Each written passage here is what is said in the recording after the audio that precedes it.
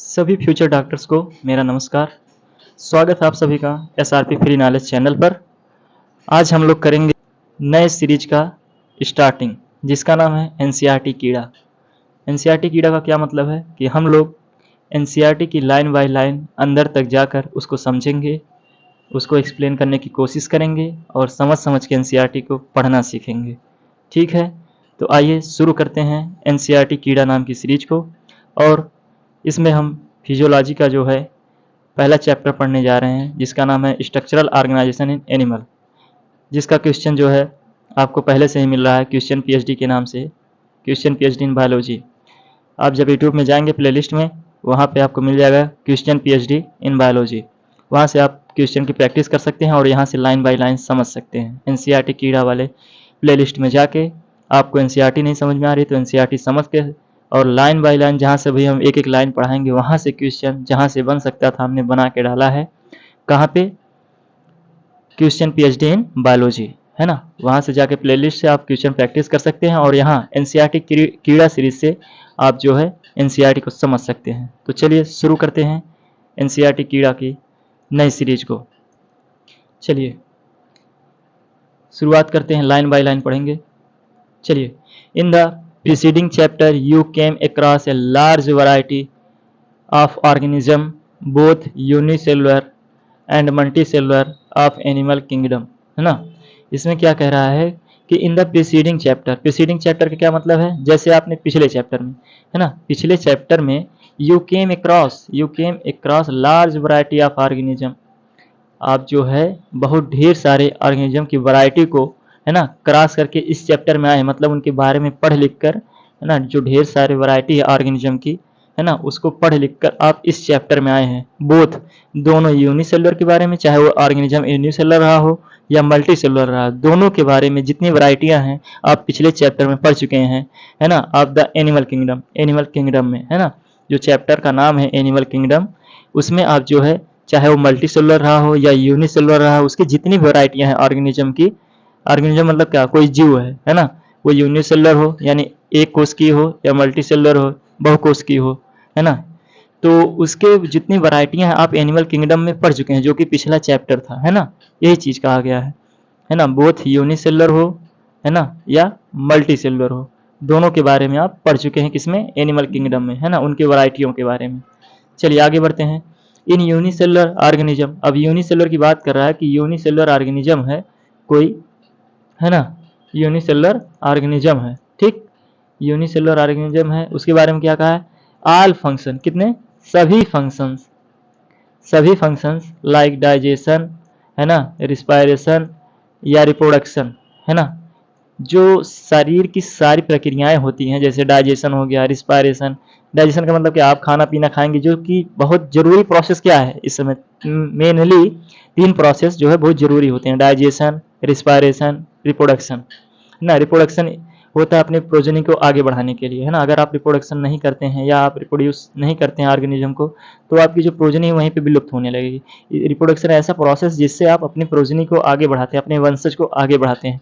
Respiration क्या होता है, आपको जीने के लिए आपके शरीर में जितनी मेटाबॉलिक जो है रिएक्शंस हो रही हैं उनके लिए ऑक्सीजन जरूरी होती है, और रिस्पायरेशन के थ्रू हम ऑक्सीजन लेते हैं। अगर पौधे होंगे तो वो CO2 लेते होंगे, है ना, तो अपना जिनकी जो जरूरत है उस हिसाब से वो लेते रहते हैं। और डाइजेशन में क्या है, जो भी हम खाते पीते हैं उसका जो है क्या होना चाहिए, पाचन होना चाहिए, ताकि हमारे शरीर की जो न्यूट्रिएंट्स है वो मिलती रहे हमारे शरीर को, है ना। चलिए, तो क्या बोला है इसमें कि जितने भी फंक्शन होते हैं यूनिसेलुलर में, लाइक डाइजेशन हो गया, रिस्पायरेशन हो गया, रिप्रोडक्शन हो गया, ये परफॉर्म होते हैं किसके द्वारा, सिंगल सेल के द्वारा। किसके द्वारा, सिंगल सेल के द्वारा।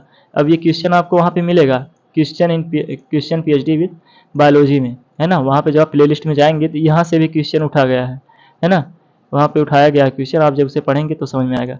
तो यूनिसेलुलर ऑर्गेनिज्म किसके द्वारा होता है, एक सिंगल सेल के द्वारा होता है। सारे जो फंक्शन है, डाइजेशन है, रिस्पायरेशन है, रिप्रोडक्शन है, एक सिंगल सेल के द्वारा परफॉर्म किए जाते हैं।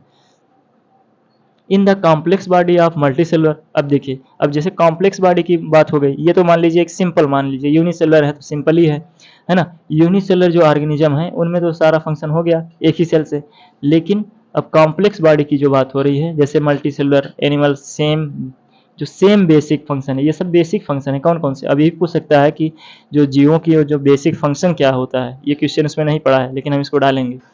जैसे जो ऑर्गेनिज्म होते हैं उनका बेसिक फंक्शन क्या है, ऑप्शन में दे दिया, इनमें से कौन सा उसका बेसिक फंक्शन नहीं है, डाइजेशन, रिस्पायरेशन, रिप्रोडक्शन, और एक दे दिया कोई मान लीजिए कि लोकोमोशन। हाँ, तो जो ये तीनों हैं ये तो बेसिक हो गए, उनमें से कौन सा एक जो है बेसिक नहीं है, तो कौन सा हो जाएगा? लोकोमोशन हो जाएगा। ठीक है, यहाँ से भी क्वेश्चन डाल सकता है, अगर डालना चाहे तो, बनाना चाहे तो क्वेश्चन बन जाएगा। ठीक है, तो in the complex body of multicellular, multicellular का मतलब क्या? जैसे हम लोग हो गए, है ना, एनिमल में जैसे हम लोग ह्यूमन बींग्स हो गए, डॉग, कैट, और ये सब जो हैं सब क्या है? मल्टी सेलुलर हैं। इनमें जो यही फंक्शन जो डाइजेशन, रिस्पायरेशन और रिप्रोडक्शन, ये किसके द्वारा होगा? ये होगा डिफरेंट ग्रुप ऑफ सेल्स, है ना, सेल्स के डिफरेंट ग्रुप से, जो कि वेल ऑर्गेनाइज मैनर में होंगे। वेल ऑर्गेनाइज मैनर का क्या मतलब होता है? जैसे मान लीजिए कोई सेल है, ये एक सेल रहा, है ना, इसका जो है शेप, है ना, साइज, और जो है इसका फंक्शन जो है निश्चित होता है ना। और फंक्शन कैसे निश्चित होता है? इसके शेप की वजह से, है ना। जैसा इसका शेप होता है उसी वजह वैसे ही ये कार्य करता है, और कार्य करने की वजह से इसका शेप भी जो है आगे अभी देखा, अभी आगे लाइन में दिखा रहेगा कि जो है मतलब जो इनका जो फंक्शन होता है ना, जो सेल का जो टिश्यू का जो फंक्शन होता है, सेल टिश्यू के जो सेल होते हैं उनका फंक्शन जो है, उनके स्ट्रक्चर, है ना, और फंक्शन के आधार पे जो है चेंज होता रहता है ना। तो जैसे मान लीजिए ये कोई सेल है, मान लीजिए यहाँ पे एक ये सेल है, और ये सेल्स का मान लीजिए ग्रुप हो गया। अब ये सेल्स का ग्रुप क्या करेंगे? टिश्यू का निर्माण कर लेंगे। अब ये मान लीजिए क्या हो गया? ये टिश्यू हो गया, और ये क्या हो गए आपके यहाँ पे ये सेल्स हो गए। तो जो सेल्स हैं इनका ग्रुप जो है टिश्यू बनाएगा। हो सकता है ये सेल्स क्या डाइजेस्टिव जूस मतलब सिक्रीट करते होंगे। तो अब ये टिश्यू का क्या काम हो गया? अब इसका काम क्या होगा? जब डाइजेस्टिव जूस सेल सिक्रीट कर रहे हैं, ढेर सारे सेल्स मिलकर डाइजेस्टिव जूस सिक्रीट करेंगे, तो इस टिश्यू का फंक्शन क्या हो जाएगा? डाइजेशन का काम करने लगेगा। क्या काम करने लगेगा? डाइजेशन का काम कर लेगा। कौन सा? ये टिश्यू जो है किसका काम करने लगेगा? डाइजेशन का काम करने लगेगा। ठीक है, अब बताइए, तो वही चीजें हैं इसमें। कहने का मतलब क्या? वेल ऑर्गेनाइज कहने का मतलब यही होगा कि मतलब ये इनका जो स्पेसिफिक फंक्शन होता है, स्ट्रक्चर होता है, और स्पेसिफिक जो है ये अपने आप में एक स्पेसिफिक टिश्यू का निर्माण भी करते हैं, एक आर्गन का करते हैं निर्माण, जो कि एक स्पेसिफिक फंक्शन परफॉर्म करता है। जैसे सेल स्पेसिफिक होगा, फिर टिश्यू स्पेसिफिक होगा, फिर उसके बाद उसका क्या आर्गन भी स्पेसिफिक होगा, है ना, फिर आर्गन सिस्टम भी हो जाएगा। तो सेल से क्या बना? टिश्यू, टिश्यू से क्या बनेगा? आर्गन, आर्गन से क्या बनेगा? आर्गन सिस्टम बनेगा। तो जैसे कि इसमें भी लिखा गया था यूनिसेलर में, उसमें एक ही सेल होता है। जैसे इसमें मान लीजिए बहुत डिफरेंट टाइप के सेल होते हैं, इनका एक ग्रुप था, लेकिन अब यूनिसेलर में क्या होता है? यूनिसेलर में क्या, एक ही सेल से जो है सारे काम हो जाते हैं इनके। डाइजेशन का भी काम हो जाता है, इसी सेल से रिस्पायरेशन भी कर लेंगे, और इसी से जो क्या रिप्रोडक्शन भी कर लेंगे, ये है ना, क्या कर लेंगे? रिप्रोडक्शन भी कर लेंगे। ठीक है, चलिए आगे चलते हैं। The body of simple organism like hydra. अब किसकी बात कर रहा है? सिंपल। यहाँ से लाइन ध्यान दीजिएगा। द बॉडी ऑफ हाइड्रा क्या है? सिंपल होता है, कॉम्प्लेक्स होता है, क्या होता है? तो body of a simple organism like hydra, है ना। हाइड्रा क्या है? एक सिंपल ऑर्गेनिज्म है कि कॉम्प्लेक्स ऑर्गेनिज्म है ना, ये भी पूछ सकता है। तो body of a single organism like hydra is made up of different type of cells. क्या? डिफरेंट टाइप ऑफ सेल्स से बना होता है। And the number of cell in each type can be 1000, है ना। द हाइड्रा जो होता है मेडअप होता है डिफरेंट टाइप ऑफ सेल, मतलब इनमें डिफरेंट प्रकार के जो है सेल्स पाए जाते हैं। और क्या होता है? जो नंबर ऑफ सेल होते हैं इसमें, हर जो है वो कैन बी डिफरेंट, मतलब 1000, है ना। मान लीजिए कोई सेल हो, कोई सेल हो, है ना, मान लीजिए ये हाइड्रा बना देते हैं, 1 मिनट, हाइड्रा बना देते, क्या बना दिया हमने? ये मान लीजिए हमने हाइड्रा बना दिया, है ना, हाइड्रा बना दिया हमने, है ना। ये अपना जो है पत्थर उत्थर पे अक्सर पाया जाता है। ठीक, चलिए अब यह है, तो मान लीजिए हमने ये हाइड्रा बना दिया, हाँ, ये हमने हाइड्रा बना दिया, है ना। तो क्या होगा? ये हाइड्रा जो होता है ना, अब इसका मान लीजिए कोई भी सेल, कोई भी सेल बता देते हैं इसके। जैसे the body of simple organism like hydra is made up of different type. अब इसमें क्या डिफरेंट टाइप के सेल्स पाए जाते हैं? कौन से? डिफरेंट टाइप के सेल्स पाए जाते हैं, है ना, एक ही प्रकार के नहीं पाए जाते हैं, डिफरेंट टाइप के सेल्स पाए जाते हैं। तो ये क्या करेंगे? डिफरेंट टाइप के सेल्स क्या करेंगे? आगे लिखा है एनसीईआरटी में, क्या करेंगे ये? चलिए, ये डिफरेंट टाइप के सेल्स पाए जा रहे हैं, और इनका काम क्या है। ये क्या करेंगे, different type of cells and number of cell in each type. मान लीजिए ये कोई अलग टाइप का है ना, मान लीजिए ये डाइजेशन में हो सकता है काम आ रहा हो, और ये मान लीजिए कोई रिस्पायरेशन में काम आ रहा हो। तो इसी में, इसी का जो ग्रुप है इसमें कम से कम 1000 ऑफ, वही बोला है कि ईच टाइप, जितने टाइप के सेल हैं उनमें उसके अंदर कितने प्रकार के, कम से कम 1000 सेल्स पाए जाते हैं, हजारों सेल्स होते हैं जो एक तरह से काम करते हैं। जैसे कोई एक टाइप का, जैसे डाइजेशन करना हो, अब उसमें कितने हजारों सेल होंगे। अब मान लीजिए रिस्पायरेशन करना हो, उसमें भी हजारों सेल्स होंगे। तो इसी प्रकार डिफरेंट टाइप ऑफ सेल्स पाए जाते हैं, लेकिन each different type cells has thousands of cell, है ना। कितने होंगे, थाउजेंड्स ऑफ सेल होंगे इसमें, एक ही सेल में 1000। जैसे कोई एक स्पेसिफिक फंक्शन है इसका, मान लीजिए रिस्पायरेशन का, तो इसमें कितने 1000। तो वैसे डाइजेशन के लिए एक कोई सेल निश्चित होगा, उसके अंदर कितने होंगे, कम से कम 1000 ऑफ होंगे सेल्स, ठीक है। अब बात करते हैं ह्यूमन बॉडी की, ह्यूमन बॉडी की बात करते हैं। The human body is composed of billions of cells. अब भैया देखिए इसमें पूछ सकता है, और हमने इस पर क्वेश्चन भी बनाया है कि the human body is composed of trillion of cells, billion of cells, है ना। जब क्वेश्चन पीएचडी वाले सेक्शन में जाएंगे प्लेलिस्ट में, तो वहाँ पे आपको क्वेश्चंस मिलेगा इस पे, ठीक है। तो क्या करना है, the human body is composed of billion of cells, कितने बिलियंस ऑफ सेल्स से बना होता है, ये चीज़ याद रखेंगे, बिलियंस ऑफ सेल्स से, कभी ऑप्शन में से दे देगा, है ना। टू परफॉर्म वेरियस फंक्शन, जो शरीर के जो विभिन्न प्रकार के कार्य हैं उनको करने के लिए जो है इनमें बिलियंस प्रकार के सेल्स पाए जाते हैं हमारे ह्यूमन बॉडी में। हाउ डू बी दिस, मतलब ये कार्य कैसे, है ना, ये कार्य जो है, how do these cells in body work together. हाँ, ये जो सेल्स हैं ये बॉडी में जो है एक साथ कैसे कार्य करते हैं, ये पूछा है। तो in multicellular animal, multicellular की बात कर रहे हैं, जैसे हम लोग हो गए, a group of similar cells along with the intercellular substance perform a specific function, एक स्पेसिफिक फंक्शन परफॉर्म करता है ना। इसका कहने का क्या मतलब है ना। इन मल्टी सेलुलर ऑर्गेनिज्म जो है, जो सेल्स का ग्रुप होता है, मान लीजिए एक स्पेसिफिक फंक्शन है, ये सेल्स हैं, इनका जो है एक स्पेसिफिक फंक्शन होगा, जैसे हमने ऊपर बताया। तो ये क्या करेंगे, ये जो है मान लीजिए, अब मान लीजिए इसमें 5 सेल हैं, 1 2 ये 3 ये 4, है ना, ये 5, मान लीजिए 5 सेल हैं। 5 सेल में मान लीजिए हो सकता है ये क्या कर रहा हो, डाइजेशन कर रहा हो, इसका स्पेसिफिक फंक्शन क्या है, डाइजेस्टिव जूस सीक्रेट करना।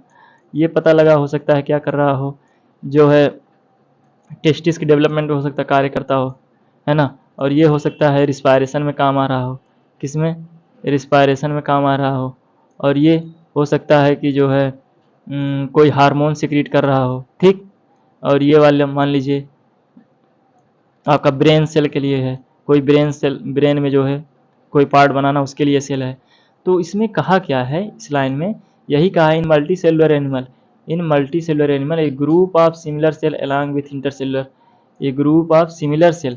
अब ये सिमिलर सेल का मतलब क्या है, जैसे मान लीजिए ब्रेन वाला है, अब इसको ब्रेन का कोई पार्ट बनाना है, तो ये जो है ये सिमिलर प्रकार के सेल होंगे, ये कितने होंगे, सिमिलर प्रकार के सेल होंगे। और क्या करेंगे, ये ब्रेन के जिस पार्ट का जैसे निर्माण करना हो, है ना, तो उनका जो है ये निर्माण करेंगे, लेकिन ये डिफरेंट प्रकार के नहीं होंगे। अब जैसे हाइड्रा वाले में था कि जो है ये डिफरेंट प्रकार के सेल पाए जाते थे, यहाँ पे, और उनमें 1000 ऑफ सेल पाए जाते हैं, लेकिन यहाँ पे क्या होता है, सिमिलर सेल पाए जाएंगे। क्या ह्यूमन बीइंग की क्या है, कोई स्पेसिफिक सेल होगा और उसमें जो है सिमिलर सेल्स पाए जाएंगे। जैसे कोई ऑर्गन ये बना रहे होंगे, है ना, ये न्यूक्लियस रहा सेल का, मान लीजिए अब ये कोई पार्ट बना रहे हैं ब्रेन का, तो इसमें क्या होंगे, सारे सेल्स सिमिलर होंगे, एक स्पेसिफिक फंक्शन परफॉर्म करेंगे, है ना, वही चीज़ बोला है। और इसमें क्या होगा, इंटरसेलुलर सब्सटेंस, मतलब क्या, ये सेल है, ये सेल्स का ग्रुप है, ठीक है, ये सेल्स का ग्रुप है, ठीक है, ये सेल्स का ग्रुप है। अब इसमें क्या पाया जाएगा, इंटरसेलुलर सब्सटेंस का क्या मतलब है, इसमें जो है एक तरल जैसे पदार्थ नहीं होता है, ये तरल वाला पदार्थ, इसमें जो है लिक्विड जैसा भरा होता है ना, एक्स्ट्रा सेलुलर जिसको बोलते हैं, या सेलुलर या मैट्रिक्स जिसको बोलते हैं। इसमें क्या होता है, इसमें जो है आपकी वेन्स पाए जाएंगी, है ना, ब्लड कैपिलरीज पाए जाएंगे, फाइबर्स पाए जाएंगे, है ना, प्रोटीन फाइबर्स पाए जाते हैं। क्या क्या पाए जाएंगे, चलिए इसमें क्या पाए जाएंगे, मान लीजिए हो सकता है वेन्स पाया जा रहा हो, या इसमें प्रोटीन्स फाइबर्स भी पाए जा रहे होंगे। क्या पाए जा रहे होंगे, प्रोटीन्स फाइबर भी पाए जा रहे होंगे, है ना। और इसमें ढेर सारे, जैसे मान लीजिए कोई कैपिलरीज पाई जा रही हों। तो ये जो सेल होते हैं, ये जो सेल का ग्रुप होता है, ये जो सेल का ग्रुप होता है, इतना बड़ा जो ग्रुप है, ये क्या है? ये जो ग्रुप है सेल्स का, ये जो सेल्स का ग्रुप है इतना, है ना, और किसके साथ? ये सेल्स का ग्रुप प्लस उसके साथ जो इंटरसेलुलर मैट्रिक्स है, इनको मिला के, है ना, ये जो है एक टिश्यू का निर्माण करेंगे और जो है फंक्शन जो है इनका स्पेसिफिक फंक्शन परफॉर्म क्या करेंगे? Perform specific function such as organization called tissue. अब इस प्रकार जैसे कहीं सेल इस प्रकार से इकट्ठा हो गए और इंटरसेलुलर सब्सटेंस के साथ, तो इनको हम क्या बोल देंगे? टिश्यू बोल देंगे। अब यही सेल अलग अलग है, जैसे मान लीजिए ये सब है, ये सब है, ये सब अलग अलग सेल, इनको हम टिश्यू नहीं बोल सकते, लेकिन जब यही एक स्पेसिफिक फंक्शन परफॉर्म करेंगे इंटरसेलुलर सब्सटेंस के साथ, इनका ग्रुप होगा एक, तो इसी ग्रुप को हम क्या कह देते हैं? टिश्यू कह देते हैं। लेकिन जब ये अलग अलग रहेंगे तो इनको क्या कहेंगे? सेल्स कहेंगे, है ना। तब इनका एक स्पेसिफिक फंक्शन तो होगा, लेकिन कहीं ये अभी कुछ कार्य नहीं कर रहे हैं, है ना, जैसे आवारा बन के घूम रहे हैं, है ना। और यहाँ पे क्या होगा? जब एक स्पेसिफिक फंक्शन एक ग्रुप हो जाएगा, है ना, तो ये एक कुछ अच्छा फंक्शन परफॉर्म करेंगे जिसको हम क्या बोलते हैं? इस प्रकार से ऑर्गेनाइजेशन जो होता है सेल्स का इंटरसेलुलर सब्सटेंस के साथ, इसको हम टिश्यू बोल देते हैं। क्या बोल देते हैं? टिश्यू बोल देते हैं। चलिए, यहाँ तक समझ में आ गया एनसीईआरटी की लाइन। अब देखिए क्या कह रहा है। हाँ, यू में सरप्राइज, हाँ भैया आप क्या होंगे? सरप्राइज होंगे टू नो दैट, जानकर कि जो all complex animal consist of only 4 basic type. भैया चौंकने वाली बात है, इतनी बड़ी शरीर है, इतना ज़्यादा मेटाबॉलिज्म, इतनी सारी क्रियाएं होती हैं, लेकिन इसके बावजूद भी हम लोगों का बॉडी जो है कितने प्रकार के टिश्यू से बना होता है? 4 बेसिक, जो बेसिक टिश्यू हैं, जैसे नहीं कहते हैं मोटे मोटे मान लो 2-3 हज़ार का खर्चा आएगा, तो मोटे मोटे में मान लो 4 बेसिक प्रकार के टिश्यू होते हैं। कौन कौन से होते हैं भैया? एक तो हो गया एपिथेलियल आपका हो गया, है ना, और दूसरा आपका क्या हो जाएगा? कनेक्टिव हो जाएगा। तीसरा क्या हो जाएगा? आपका मस्कुलर हो जाएगा। चौथा क्या हो जाएगा भैया? न्यूरल हो जाएगा।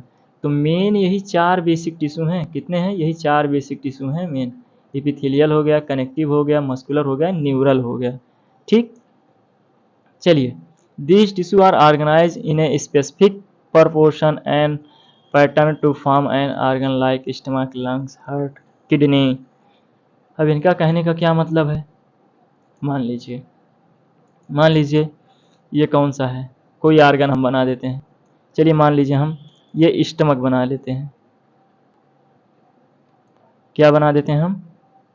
स्टमक बना देते हैं। क्या बना देते हैं? ये स्टमक बना देते हैं। यहाँ से ये सी शेप का क्या है? ये ड्यूडेनम है। सी शेप का क्या है? ड्यूडेनम है। उनसे हमें कोई मतलब नहीं। ऊपर एलिमेंट्री कैनाल है, ठीक, ऊपर एलिमेंट्री कैनाल है, ठीक। अब होता क्या है? 4 प्रकार के बेसिक टिश्यू से पाए जाएंगे ये, एपिथेलियल, कनेक्टिव, है ना, मस्कुलर और न्यूरल। तो इनमें जो ये 4 प्रकार की जो टिश्यू का लेयर होता है ना, ये जो 4 प्रकार के टिश्यू का लेयर होता है, चलिए 2 प्रकार का हो गया, ये 4 प्रकार का बनाना हमें, ठीक। अब इनका काम क्या है? काम यही है भैया कि ये देखिए तीसरा लेयर हो गया ये, चलिए, और ये हम आपका चौथा लेयर बना दे रहे हैं। चलिए ये चौथा लेयर, 4 लेयर हो गए हैं। तो 4 लेयर होने का क्या मतलब है? ये तो 4 बेसिक प्रकार के टिश्यूज पाए जाएंगे। हालांकि जो चारों हैं इनके अलग अलग पार्ट भी होते हैं, इनमें कई पार्ट होते हैं, उन्हीं के, लेकिन बना होगा किससे? इन्हीं चारों से बना होगा, इन्हीं चारों के किसी पार्ट से बना होगा, लेकिन होंगे कितने? यही चारों ही होंगे। इन्हीं का कोई भाई होगा, किसी कोई भतीजा होगा, कोई मौसी का लड़का होगा, लेकिन होंगे कौन? मेन यही होंगे। तो इनमें से चारों में से किसी का पार्ट होगा। जैसे ये सेरोसा होता है, आउटर लेयर, है ना, एलिमेंट्री कैनाल का आउटर लेयर क्या होता है? सेरोसा होता है। फिर मस्कुलेरिस होता है। फिर उसके बाद क्या होता है? सब म्यूकोसा होता है। क्या होता है ये? सब म्यूकोसा होता है ना। और इनर लेयर क्या होता है? एक म्यूकोसा लेयर होता है। क्या हो जाएगा ये? म्यूकोसा लेयर हो जाएगा, ठीक है, म्यूकोसा। अब क्या करना है? देखो है तो 4 ही लेयर, देख लो, लेकिन हो सकता है ये जो क्या होगा, सेरोसा हो सकता है, वो इसका पार्ट हो, कनेक्टिव टिश्यू का हो सकता है, मान रहे हैं, है तो नहीं पार्ट, लेकिन मान रहे हैं। हो सकता है एपिथेलियल का ये मस्कुलर वाला पार्ट हो, ये हो सकता है, ये सेरोसा मस्कुलरिस तो मस्कुलर है ही है, मसल्स लेयर। और हो सकता है इसमें न्यूरल तो इसमें नहीं पाया जाएगा, हो सकता हो पाए जाते हो, कोई कहने वाली बात नहीं। अभी जहाँ से हम केवल समझाने के लिए बता रहे हैं। तो ये इन्हीं 4 लेयर से मिलके बनना है इन्हें, है ना। बेसिक टिश्यू हमारे यही 4 हैं। हो सकता है बस इन्हीं के अलग अलग पार्ट से भले मिल के बने हों, हो सकता है इसके 3 पार्ट हों, तीनों में से किसी एक पार्ट का इसमें है ना, इन जो है पार्टिसिपेट किए हों इसमें, इसका तीनों पार्ट हो सकता है इसका कोई दूसरा पार्ट हो या तीसरा पार्ट इसमें पार्टिसिपेट कर लिया हो। वैसे इसमें मान लीजिए हो सकता है 2 पार्ट होते होंगे, है ना। इसमें मान लीजिए हो सकता है 4 पार्ट होते होंगे। तो इन्हीं में से होंगे तो यही चारों, लेकिन इन्हीं में से हो सकता है कोई भैया चाचा का लड़का आ गया हो उसी में, हो सकता है इसके भाई का लड़का आ गया हो, इसके दीदी का लड़का आ गया हो। तो सब मिला के जो है होना तो 4 ही प्रकार का है ना। बस उनके अलग अलग पार्ट हों तो वो नहीं कहा जा सकता। लेकिन जो का होता यही है मेरे भैया कि जो है 4 लेयर के बने होते हैं, ये समझ में आ गया। लेकिन और इनका क्या होता है, स्पेसिफिक प्रोपोर्शन होता है। वही बोला है इसमें एनसीईआरटी में कि 4 प्रकार के बेसिक टिश्यूज बने होते हैं, लेकिन एक स्पेसिफिक प्रोपोर्शन का क्या मतलब, प्रोपोर्शन का मतलब क्या हो, इनका जो अनुपात है, हो सकता है ये इसमें 25% पाया जा रहा हो, कौन सा, ये वाला मस्कुलरिस वाला, और हो सकता है और ये जो सेरोसा वाला है, हो सकता है ये 20% पाया जा रहा हो। 25-20 कितना हो गया, 45 हो गया। हो सकता है ये 5% पाया जा रहा हो, और ये हो सकता है 50% पाया जा रहा हो। कितना, ये वाला हो सकता है 50% पाया जा रहा हो। तो अगर ये यहाँ पे, अब स्टमक की बात है ये, अगर ये यहाँ पे इतना परसेंट पाया जा रहा है तो क्या स्पेसिफिक होगा, हर आदमी के स्टमक में इतने ही परसेंट पाया जाता है। ये नहीं कि पता लगा जैसे मान लीजिए हमारे वाले में ये जो मस्कुलरिस है 25% पाया जा रहा है, हमारे वाले में मस्कुलरिस 25% पाया जा रहा है, और हो सकता है किसी दूसरे के आदमी में इसका क्या हो, इसका प्रपोर्शन 50% हो जाए। नहीं, 50% कभी नहीं होगा। हाँ, हल्का फुल्का 1-2%, 3% की बात मान सकते हैं, लेकिन इतना ज़्यादा डिफरेंस नहीं होता है। तो वही बोला है इसमें कि 4 बेसिक प्रकार के टिश्यू से मिलकर बने होते हैं, और जो है स्पेसिफिक प्रपोर्शन में इनका जो रेशियो होता है वो सेम होता है। ठीक है, चलिए आगे चलते हैं। These tissue are organise in specific proportion, अच्छा ये सब बता चुके हैं।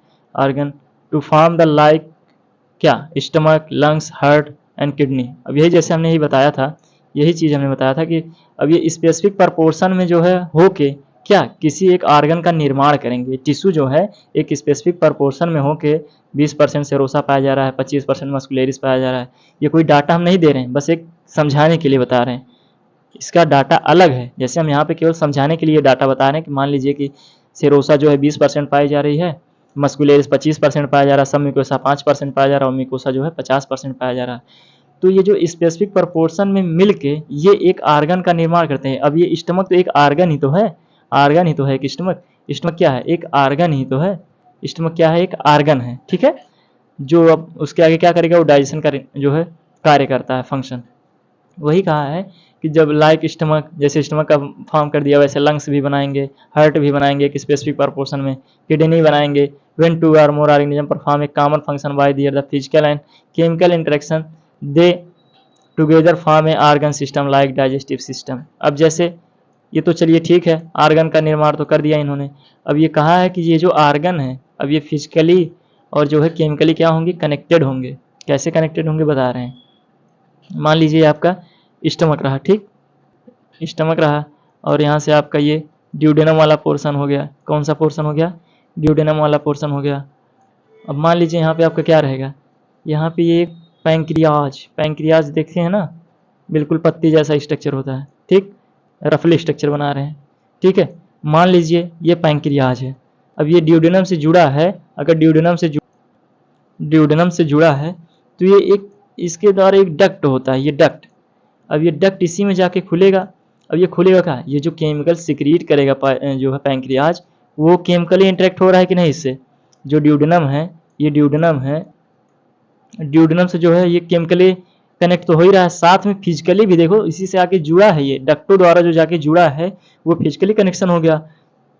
मान लीजिए ये कोई यहाँ से डक्ट जा रही होगी, ये कोई डक्ट जा रही है यहाँ से, अब यहाँ से हमें ला के एक दूसरी डक्ट जोड़ दे रहे हैं, तो ये क्या हो गया, ये फिजिकली अटैच हो गया कि नहीं, ये फिजिकली अटैच हो गए। और इसी में से मान लीजिए कोई सिक्रीशन ये कर रहा है, इसका सिक्रीशन इसमें जा रहा है, हो सकता है इसी में कोई सिक्रीशन ये पहले से जा रहा हो। ये दोनों क्या केमिकली भी इंटरेक्ट हो रहे हैं, और तो फिजिकली तो इंटरेक्ट हो ही रहे हैं। फिजिकली इंटरेक्ट होने का क्या मतलब है, इसका नली इसके नली से जाके जुड़ा है, ये क्या हो गया, ये फिजिकली हो गई, है ना। इसका डक्ट इसके डक्ट से जाके जुड़ा, फिजिकली इंटरेक्शन।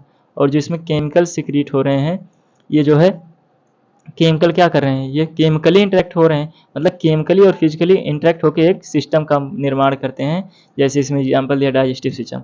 अब डाइजेस्टिव सिस्टम में कौन कौन से इंटरेक्ट होते हैं, पैंक्रियाज भी इंटरेक्ट होता है, और जो है स्टमक है ना, मान लीजिए, और क्या होता है लीवर आपका, ये सब एक दूसरे से डक्ट द्वारा इंटरेक्ट होते हैं फिजिकली और केमिकली भी इंटरेक्ट होते हैं। जैसे मान लीजिए बाइल डक्ट है, बाइल डक्ट से क्या बाइल सिक्रीट होगा, उससे जाएगा लीवर में जाएगा, फिर लीवर से अपना जो है वहाँ से फिर एक डक्ट आता है जो पैंक्रियाज से जुड़ा रहता है ना, हिपैटो पैंक्रियाटिक डक्ट बोलते हैं उसको। तो इसी प्रकार से डक्ट के द्वारा फिजिकली जुड़े होते हैं और उसका जो सिक्रीशन होता है वो केमिकली इनको इंटरेक्ट करता है। तो कहने का मतलब यही है कि physically and chemically interact they together form A system. अब ये पूरा एक सिस्टम बन गया। कौन सा सिस्टम, लीवर वाला, स्टमक वाला और ये पैंक्रियाज वाला। अब ये पूरा एक क्या बना देंगे, एक सिस्टम बना देंगे, जिसका नाम क्या दिया है, डाइजेस्टिव सिस्टम दिया है। वैसे रिस्पायरेटरी सिस्टम भी होगा, उसमें एल्वलाई रहेगी, लंग्स रहेगा, और जो अपना जो है विंड पाइप होगा, ये सब मिला के एक रिस्पायरेटरी सिस्टम का निर्माण कर रहे हैं। वैसे ही है ना, जैसे इसमें है। तो समझ में आ गया होगा मेरे समझ से। Cell, tissue, organ and organ system split up the work, है ना। अब इसमें लेकिन एक लाइन ये ध्यान दीजिएगा ऊपर, जैसे फिजिकल और केमिकल इंटरेक्शन होता है ना, इस चीज़ का जैसे लाइन में कहीं दे दिया तो 2 or more organ perform common function by, है ना, दियर द। अब इसमें डाल दिया क्या, हो सकता है यहाँ पे कोई दूसरा इंटरेक्शन डाल दिया हो, है ना, यहाँ पे डैश करके इसको खाली कर दिया, यहाँ पे फिजिकल लिख दिया हो, और यहाँ पे जो है कोई दूसरा जैसे ऑप्शन में कोई दे दिया हो, जिससे यहाँ केमिकल इंटरेक्शन है, यहाँ पे फिजिकल है, यहाँ पे फिजिकल एंड बायोकेमिकल दे दिया हो, या हो सकता है कुछ अलग दे दिया। तो एनसीईआरटी की जो लाइन होती है वो अपनी लाइन से ही क्वेश्चन बना के पूछता है ना। वहाँ पे वो डैश करके आपसे नीचे आपसे पूछ लेगा कि फिजिकली केमिकली होता है कि फिजिकली नॉर्मली होता है, कुछ भी अपना जो भी उसका ऑप्शन लगाना हो वो लगा देगा। तो they together perform organ system, समझ में आ गया। The cells, tissue, organ and, हाँ ये जो सेल्स हैं, है ना, ये जो सेल्स हैं, है ना, टिश्यू हैं, क्या है, जो सेल्स हैं, टिश्यू हैं, ये क्या करेंगे, exhibit the division of labour. ये क्या करेंगे, जो कार्य कर रहे हैं, किसी का डाइजेशन है, किसी का जो है सिक्रीशन है ना, तो exhibit the division of labour, ये कार्य का जो है बंटवारा कर लेते हैं। And contribute to the survival of the body of as whole, और जो है शरीर की जो सारी क्रियाएं हैं उनका जो है ये संचालन करते हैं, अपने कार्य का जो है अलग अलग डिवीजन कर लेते हैं। जैसे मान लीजिए घर पे कोई काम पड़ा आपके यहाँ, तो हो सकता है किसी को क्या लाना हो, लड्डू लाना हो, तो जैसे फले आदमी को, जैसे मान लीजिए कोई सुरेश है, सुरेश को भेज दिया लड्डू लाने के लिए, पता लगा कोई महेश है, उसको भेज दिया जो है जाओ भैया फूल वूल लेके आओ, कोई कुछ कर रहा है। तो ये सब क्या एक घर का कार्य है, एक शादी का एक फंक्शन हो रहा है, और उस फंक्शन में जो अलग अलग जो लोग हैं वो टिश्यू, कोई टिश्यू का कार्य कर रहा है, कोई सेल्स का कार्य कर रहा है, कोई आर्गन का काम कर रहा है, कोई आर्गन सिस्टम का काम कर रहा है। तो जो सब लोग मिलजुल के वर्क को प्रॉपरली जो है करते हैं। वैसे ही इसमें होता है, जैसे सेल्स हो गया, टिश्यू हो गया, कोई सेल्स मान लीजिए सिक्रीशन कर रहा होगा, डाइजेस्टिव जूस सिक्रेट कर रहा होगा, अब उसको क्या करना है, एकत्रित करना है, तो क्या करेंगे, ये ग्रुप बना लेंगे, फिर उसको टिश्यू के रूप में परफॉर्म कर देंगे, फिर टिश्यू से कई टिश्यू मिलके फिर आर्गन का परफॉर्म कर लेंगे। तो ये जो अलग अलग कार्य हैं अलग अलग लोग मिल के करते हैं और शरीर की सारी क्रियाओं का संचालन करते हैं। तो चलिए आज तो हम लोग पढ़ लिए यहाँ तक, और अगले लेक्चर में आपका रहेगा, अगले लेक्चर में, आज तो इंट्रोडक्शन पार्ट था, इंट्रोडक्शन पार्ट को हमने जो है कवर कर लिया है। अब हम कल क्या करेंगे, एनिमल टिश्यू करेंगे। एनिमल टिश्यू में हम लोग देखेंगे कि कितने प्रकार के एनिमल टिश्यू होते हैं, और एक एक टिश्यू करके हम लोग पढ़ेंगे। जैसे एपिथेलियल हो गया, कनेक्टिव हो गया, मस्कुलर हो गया और न्यूरल हो गया। 4 प्रकार के टिश्यू हैं, इसका 5 लेक्चर बनाएंगे हम। एपिथेलियल का एक बना देंगे, एक कनेक्टिव का बना देंगे, एक मस्कुलर का बना देंगे, एक न्यूरल का बना देंगे। थोड़ा लेक्चर हो सकता है बड़ा हो, क्योंकि समझाना पड़ेगा, तो लेक्चर जो है थोड़ा सा बड़ा हो सकता है। ये तो इंट्रोडक्शन पार्ट था, इसलिए हमने इसको छोटा सा बनाया है। और जो है ठीक है, कोई बात नहीं, अगले लेक्चर से मिलते हैं हम लोग। तब तक के लिए नमस्कार, धन्यवाद आप सभी का।